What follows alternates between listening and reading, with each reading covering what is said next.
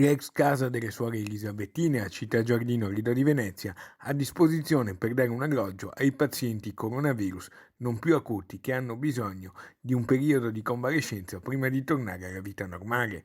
La proposta di disponibilità a titolo gratuito è stata messa nero su bianco dall'imprenditore Antonio De Martino, delegato della società ADM Group, titolare dell'edificio. La struttura è in ottime condizioni, è composta da 32 camere con bagno interno, semi-arredata, per un totale di 55 posti letto e con piccoli accorgimenti può essere attiva e resa funzionante. Una proposta che raccoglie anche l'idea lanciata dall'assessore veneto al turismo Federico Caner e che segue quanto ha messo in atto con alcuni alberghi anche la regione Lombardia. Il mio grande senso di responsabilità e solidarietà mi suggerisce di contribuire e cooperare per quanto posso.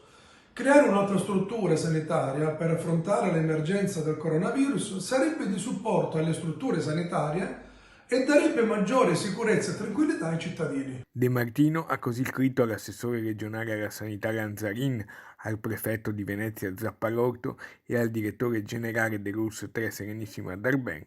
Spiega i motivi di questa scelta che potrebbe aprire una strada importante della solidarietà anche di altri imprenditori. Fare sinergia per affrontare i disagi ed essere solidali con le istituzioni e i poli sanitari in questo momento drammatico.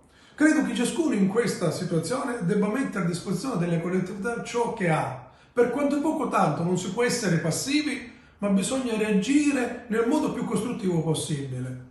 Io ho messo a disposizione il mio immobile a titolo gratuito per il periodo necessario affinché ne facciano l'uso che ritengano più opportuno insieme alla comunità e particolarmente per quelle del Lido che tanto mi sta a cuore